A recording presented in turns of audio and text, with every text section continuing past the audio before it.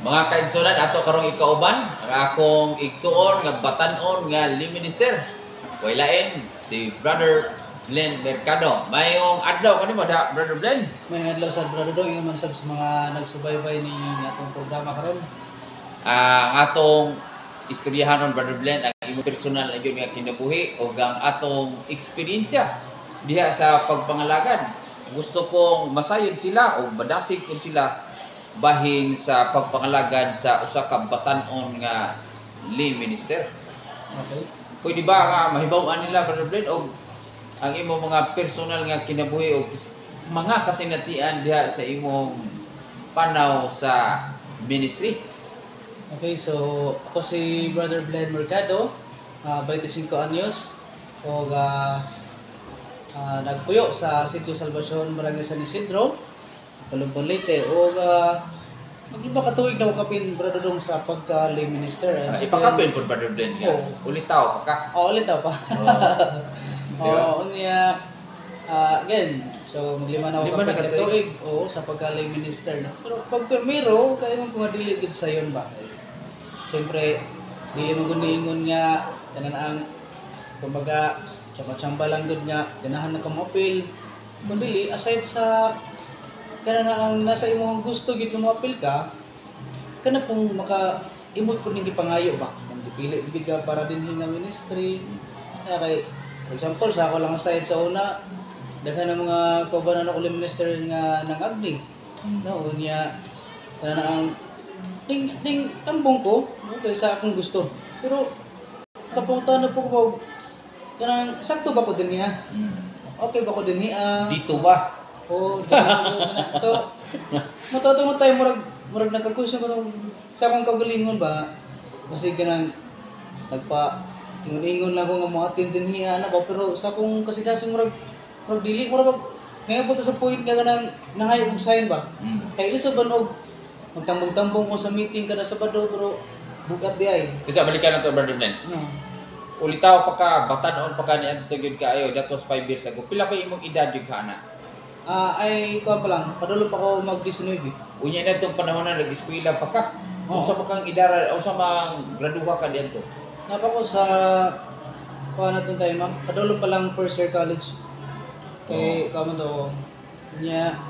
So usa ka sa mga bata jud kayo nga lay minister at that time o niya karon sa atong kabutan karon pila mo kubok batan-on nga lay minister matawag na to batan-on ikaw paghapon kinang bataan ro kung magyapon ilaing ko ha wala pa ilaing kung batan-on nga kuan pod sa li na apon kasi ganahan ako i-plaster ng Brother Glenn ang among giistoryahan day mga kaigsoon na may tungod sa ministry sa extraordinary ministers of the Holy Communion mo ni ang nga gyud nga eksakto anak, pero sa atong termino diri sa atong Cebuano mas nailhan mo kuning ani nga lay minister mo nang tuguti nga lay minister sa imong istoryahan. Okay, padayon ka Brother Glenn. Sa wa pa ka masud sa lay ministry, da ba kay affiliation sa mga ingon tampo nga mga organizations nga religious pa? Panalit na apil ba ka sa youth? Unsa may mga affiliation mo dito? Before ko nasod sa Eucharistic Minister of the Holy Communion, gamay pa ko, iuban ako sa mama sa Santo Niño Crusaders. Crusader po rin mong nanay? Every time nga mo tumig na bal na yun na while nagbiyahe, mag-crusade yun na for the All Souls in Purgatory. So, naagi ko'y expression of religiosity or spirituality ang imong parents mo nang na-inspire ko ka. Kinsa may imong mahinumduman Brother Glenn nga nag-agni gini mo? Sa akong nahinumduman jud the late Brother Mito Bitoy. Oo, Bintoy. Kay siya mo'y una nga nag-agni nako nya. In fact, ang iyang gibilin nga katigayon before siya namatay katong gitara nga until na magamit gyapon sa among kapilya. Ba? Nya ikaduha si Brad kanin yang ni Sister Delia. Rodolfo. Brother Rodolfo. Niya ang ikatapusan jud nya mo'y nakadala nako si Brad Lining Dimate. Niya mo to time nga first time nako it was March 30 nga dito ko sa ibabaw no dito man ang higom ato higayuna. Pero so far nag-enjoy ra sad ka sa pag-dis-off sa panahon, nag-enjoy ra sad ka aning klasiha sa pangalagad Brother Blen. Oo, nag-enjoy kayo. Super.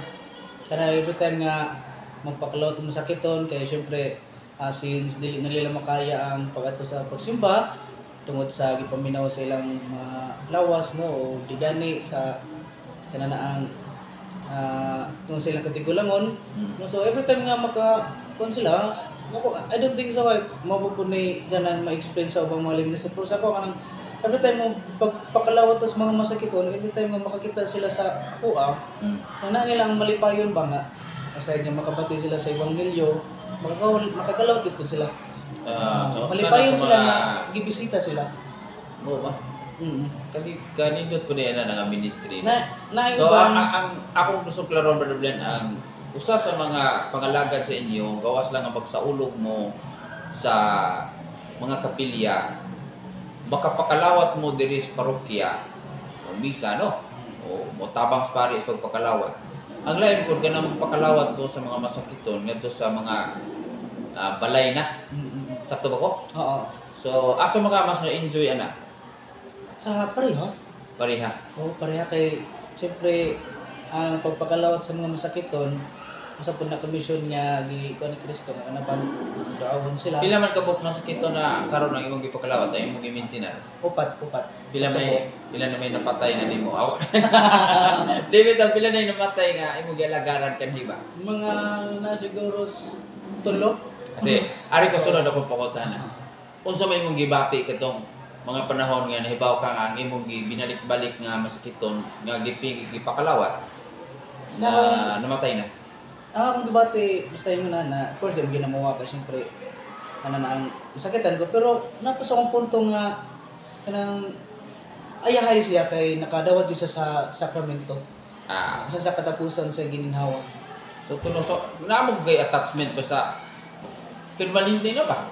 Oo. Di ba murag naagapon ang attachment nato. So muna nga ipamutan tiya sa imong gibati kung panahon mamatay na nang imong binalik-balik yung pakalawat ya.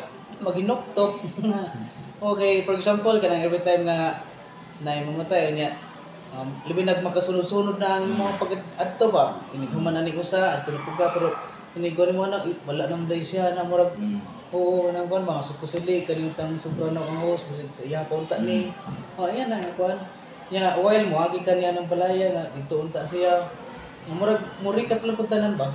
Kanang, the way siya mo katawa sa imong pagbisita, pagduaw, malipay siya, yan na.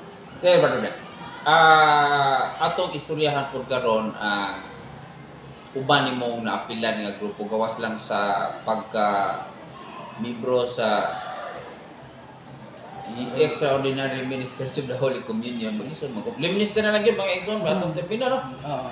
Gawas ana unsa pa may lain ng mga grupo imong naapilan diri sa parokya?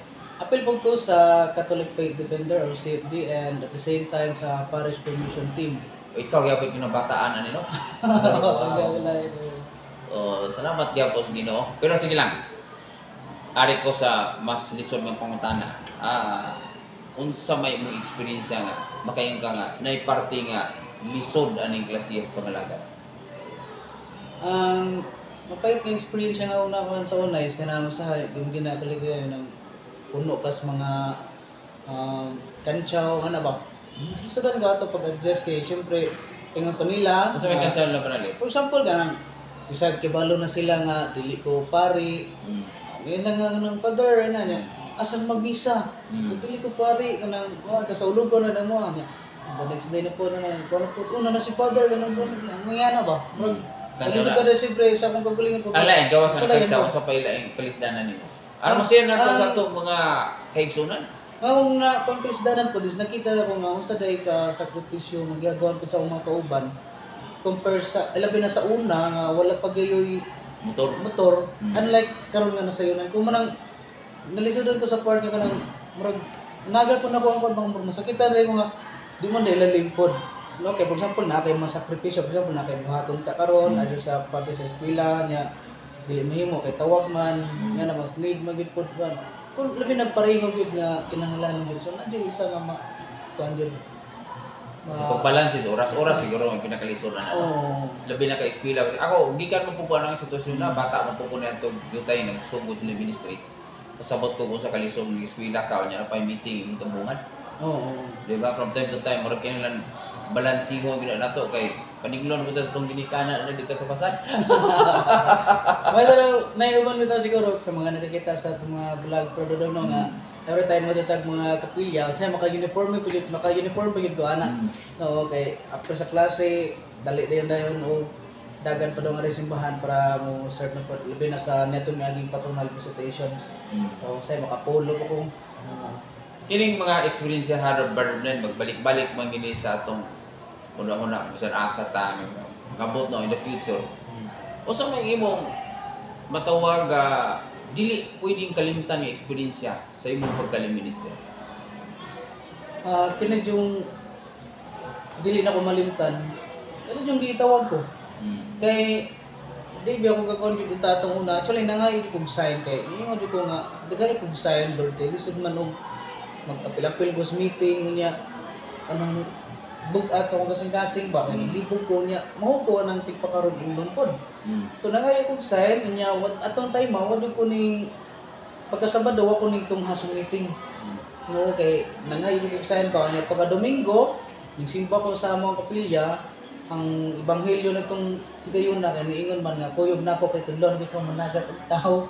Yan na, so dahil sa kung ano ba, mamuro gini ko, oh, dahil ang sign ng mga ipangay.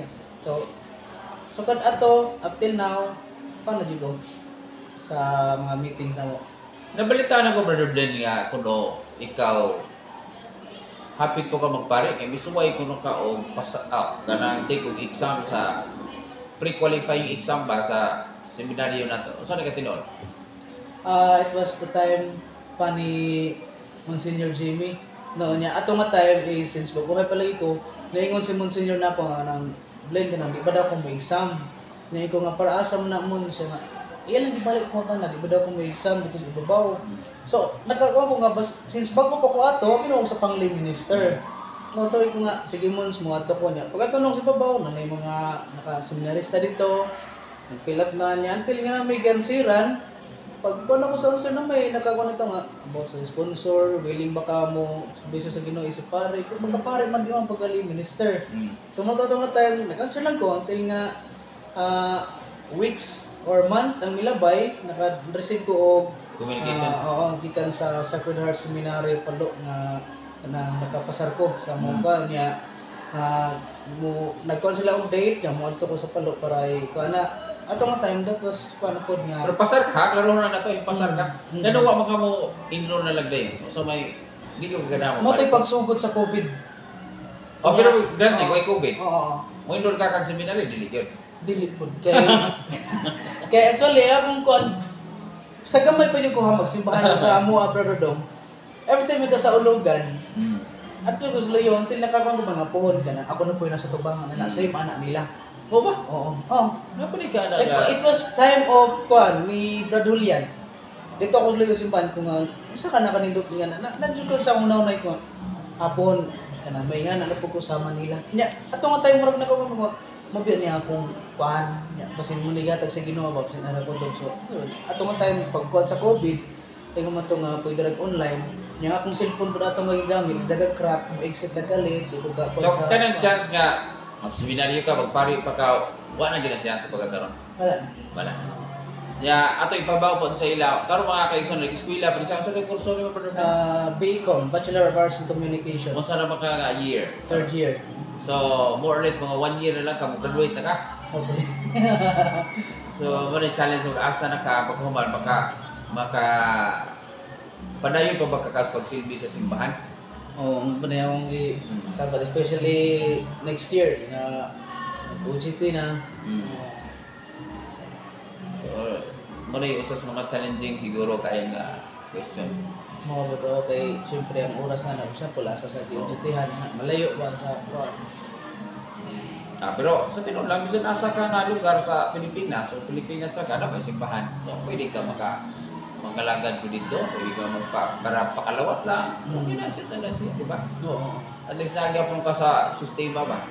Oo. Hindi ka mawa sa passing nila pa. Napaot na po pangutanan ni mo Brother Glenn, pero optional na lang ni. Pwede nito bangon o dili. Baka kung ba yun, Brother Glenn? Di lang ko mangutana kayo.